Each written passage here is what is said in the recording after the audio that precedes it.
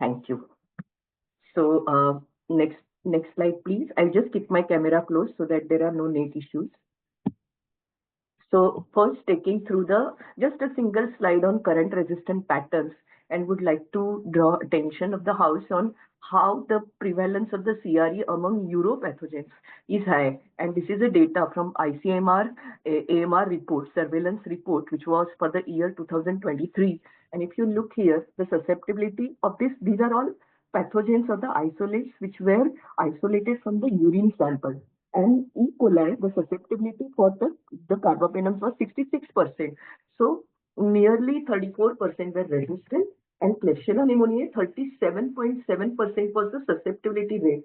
So nearly the 66% or 63% were resistant. So such a high resistant rates to the carbapenems amongst the uropathogens, which is seen in India. If we look at the type of the carbapenemases, the NDM is most common in E. coli, whereas the OXA48 is most common in Klebsiella. Next slide, please. Next slide, please.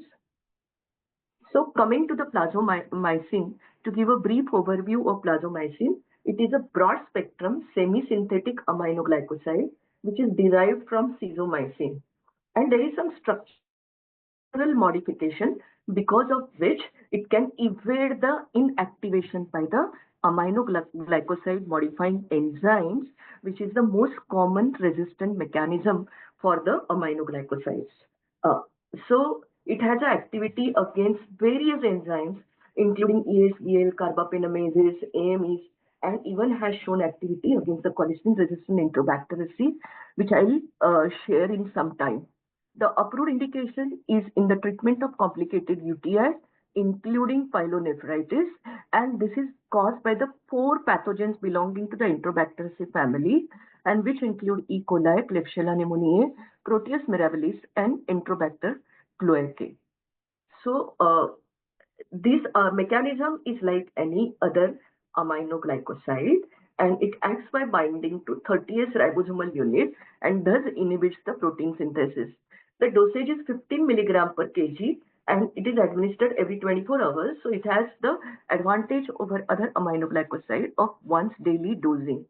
This is given as an IV infusion over 30 minutes, and this is to be diluted to the 50 ml volume. This comes in a vial as a solution, 10 ml, which is to be diluted to the 50 ml, and using the normal saline or ringer lactase, and to be given over the 30 minutes.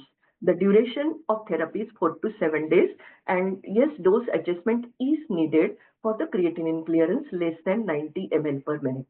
Next slide, please. Now, I was mentioning about a unique structure of plazomicin, and this is engineered to overcome the resistance by aminoglycoside modifying enzymes. And most of the AMEs which are seen in E. coli and Klebsiella, they are not able to inactivate plazomicin, unlike other aminoglycosides. Now, if we look at the spectrum of activity, it has, as mentioned in the previous slide, it has activity against E. coli, Klebsiella pneumoniae, Enterobacter, and Proteus. So mainly Enterobacteriaceae family. Now, it has also shown some activity against gram-positive, but that is mainly S. aureus, including MRSA, VRSA, but it doesn't have activity against the Enterococcus or against the Streptococcus. Now, it has activity against various resistant genes, including AMEs, CREs, including MBL, OXA48, and KPC. Very good activity against ESBL producing Enterobacteriaceae, and has shown good activity even against the colistin resistant Enterobacteriaceae and other aminoglycoside resistant Enterobacteriaceae. Now, CLSI has released in 2023 the breakpoints, and the MIC breakpoint is susceptibility less than equal to 2 and resistance is more than equal to 8. And for disc diffusion method, when the disc diameter is more than equal to 18 millimeter, that is considered as susceptible. Next slide, please.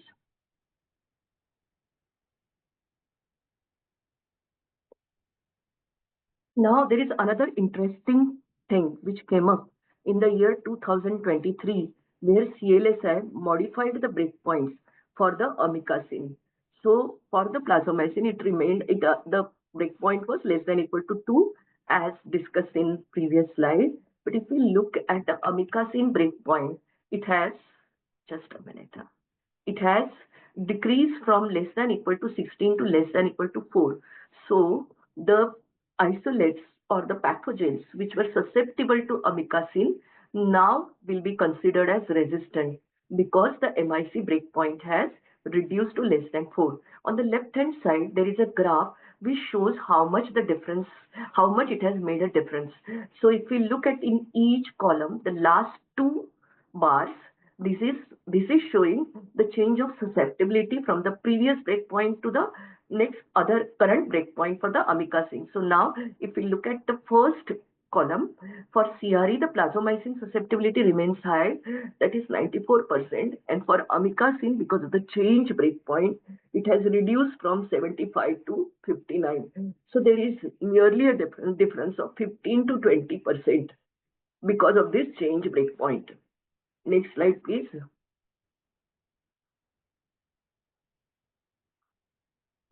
Now, these are certain in vitro evidences from the international studies, and I would be sharing also the Indian data with you all. So, the first study is for the plazomicin activity against MBL producing Enterobacteriaceae, and majority were Klebsiella. So, out of this, the activity was, or the susceptibility rate was 76.4% if you when we consider the breakpoint of less than equal to 2. Now 57.8% were NDM positive, and out of this 66% were susceptible to plazomicin. So plazomicin susceptibility was reasonably good in this particular group of the Enterobacteriaceae which were NDM positive. Now for WIMB it was 89.6%, and for IM positive it was 100%. So now, one more thing to note is, though plasmomycin can evade most of the AMEs, it is inactivated by 16S RMTase, and this can inactivate all the aminoglycosides. So, plasmomycin is not an exception for that. And when the remaining 115 isolates in this study, they were molecularly characterized, majority had this 16S RMTase. Sorry for this, having little sore throat today. Now coming to the second study, where plazomicin has showed a good activity against the colistin-resistant enterobacterales. So 95 colistin-resistant enterobacterales, which were studied in this, and if you look at the plazomicin, and there were different resistant mechanism, including MCR1 gene and chromosomal resistant, which is common in India. So if we look at the susceptibility rate, which was 89.5%, and it was reasonably good. So as we are aware that currently the colistin resistant rates are also increasing. So this can be a useful antibiotic even for the colistin resistant Enterobacteriaceae. And in this study, this was the most active aminoglycoside. Next slide, please. Now this is another interesting data. As we all know that E. coli, especially carbapenem-resistant E. coli, and the rate which was shown to be 38% as per the ICMR data, most of them have NDM as a gene or the enzyme. And this study, which was done by Dr. Balaji at CMC Vellore, and we presented this poster at Criticare.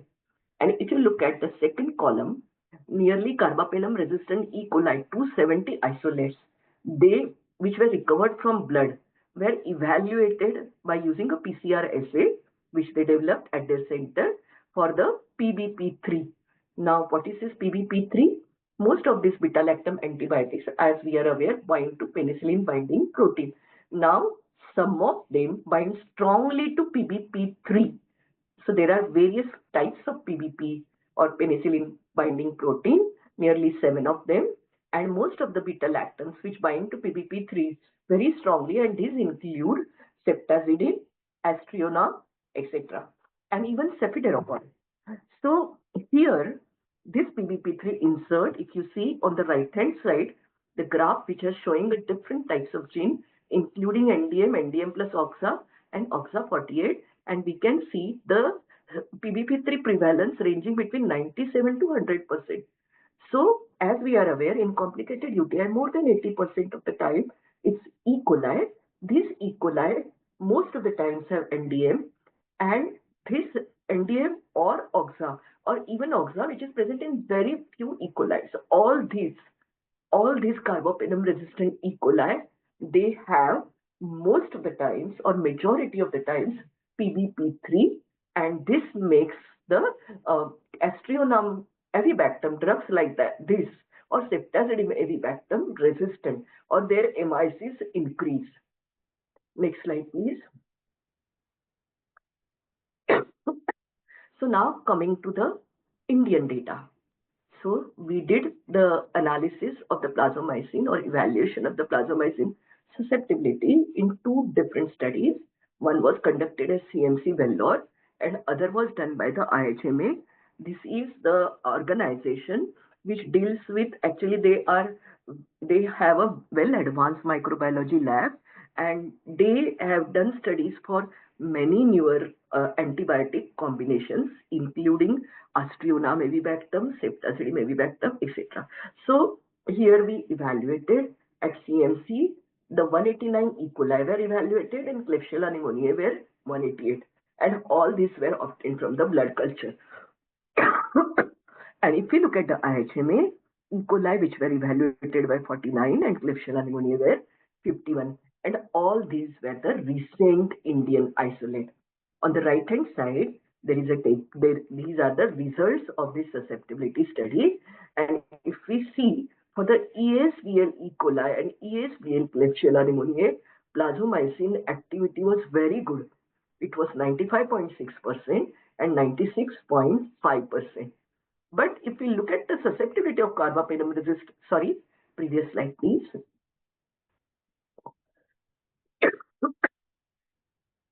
If we look at the susceptibility of the carbapenem resistant E. coli, it was 50%, but better than amikacin, and Klebsiella it was low.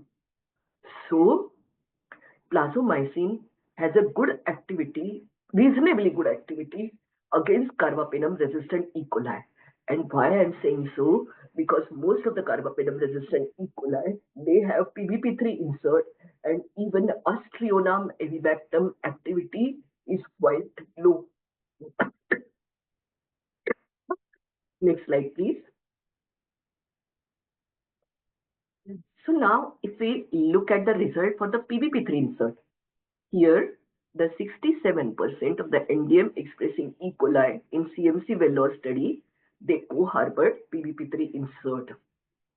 And 67% which co-harbored PBP3 insert were inhibited by the plazomicin. So susceptibility rate was 67%, which was reasonably good. Time kill assay showed the synergy with meropenem.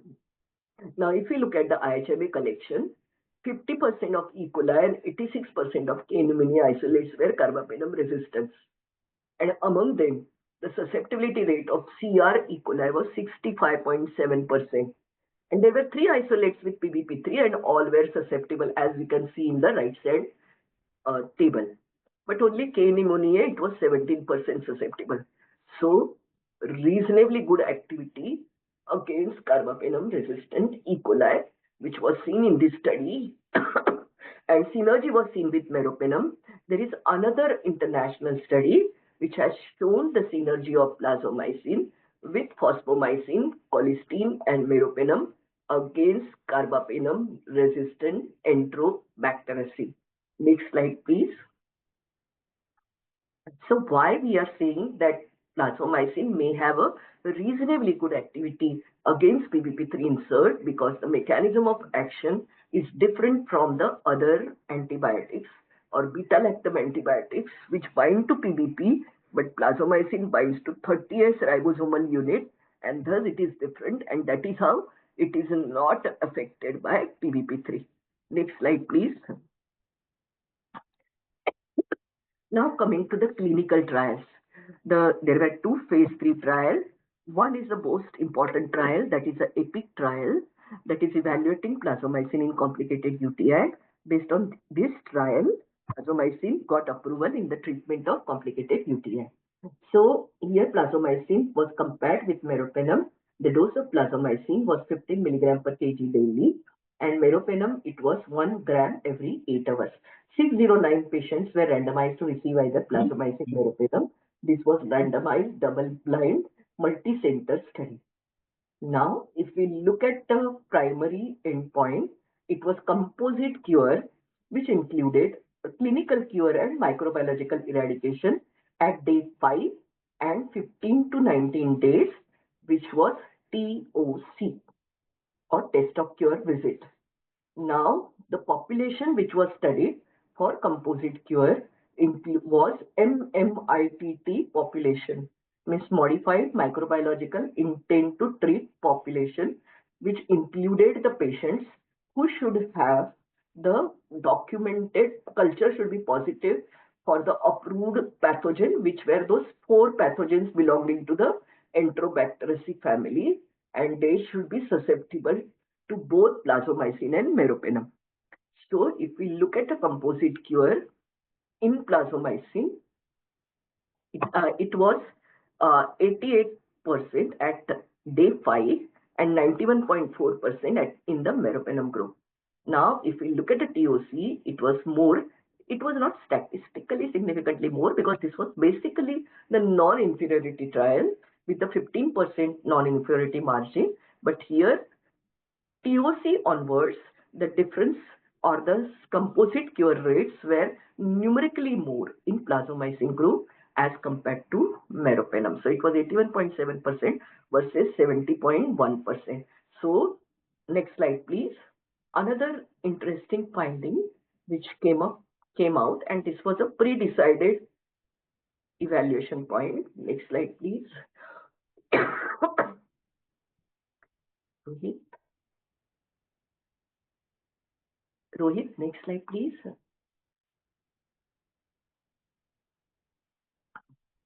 So this was that the relapse, the clinical relapse, which was considerably less in the plazomicin group, 1.6% versus 7.1% at late follow-up visit, which was around 24 to 32 days from the dosing, first dose. And even the microbiological recurrence was 3.7% in plazo, which was considerably less as compared to the 8.1% in meropenem. So plazomicin probably can be a drug of choice in case patients with the recurrent UTI. Most important part is safety. The most common AEs in plazomicin group were decreased renal function because of which is a class effect, diarrhea, hypertension, headache, and hypotension. Now the adverse event percentage was similar between group. Now, if we look at the decreased renal function, it included acute kidney injury, chronic renal failure, increased creatinine, decreased creatinine clearance.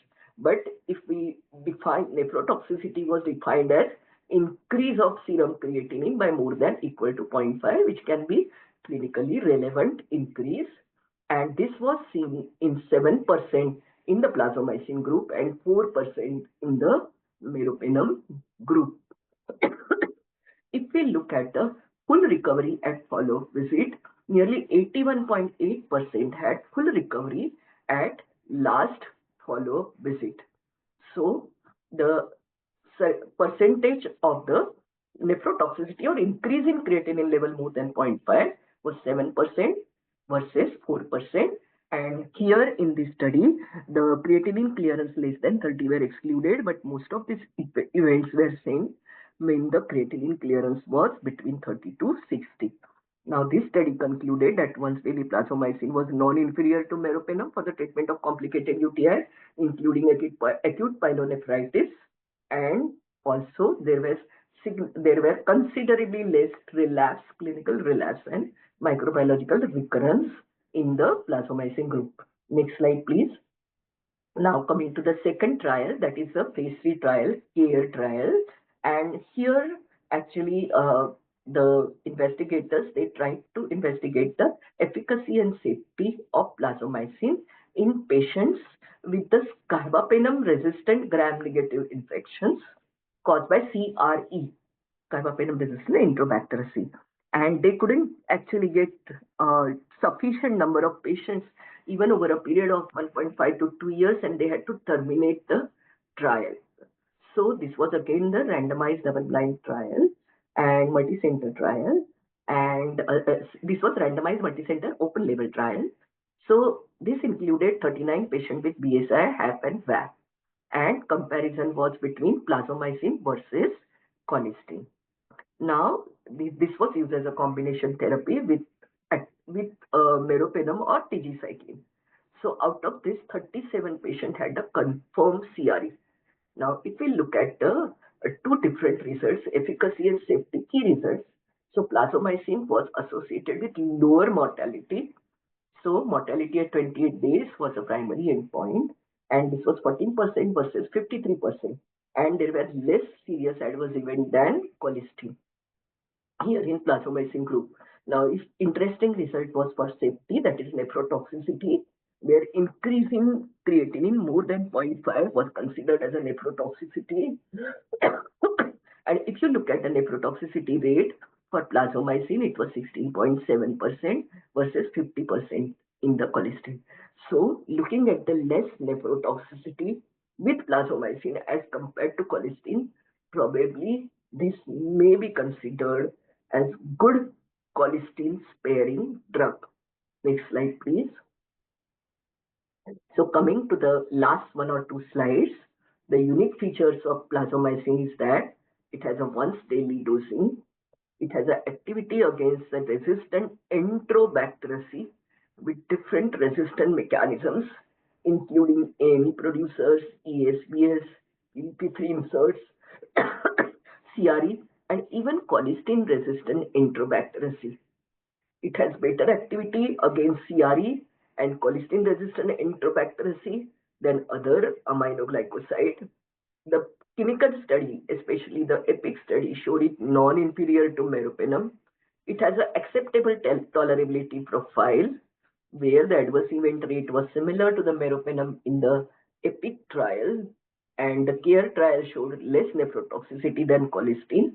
WHO has categorized it as a reserve antibiotic, which should be used in the treatment of cUTI caused by CRE.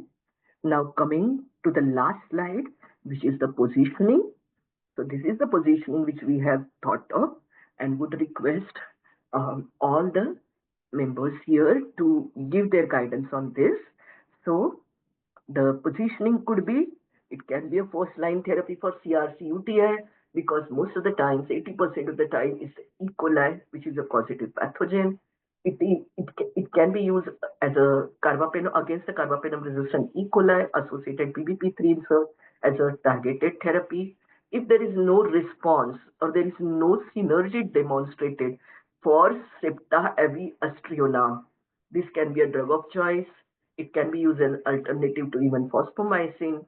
It may be considered in recurrent UTI caused by MDR infections because phase 3 has shown less clinical relapse rates and less microbiological recurrence rate, and may be used as combination therapy if need be. And the combination agent can be meropenem fosfomycin as shown in the synergy study.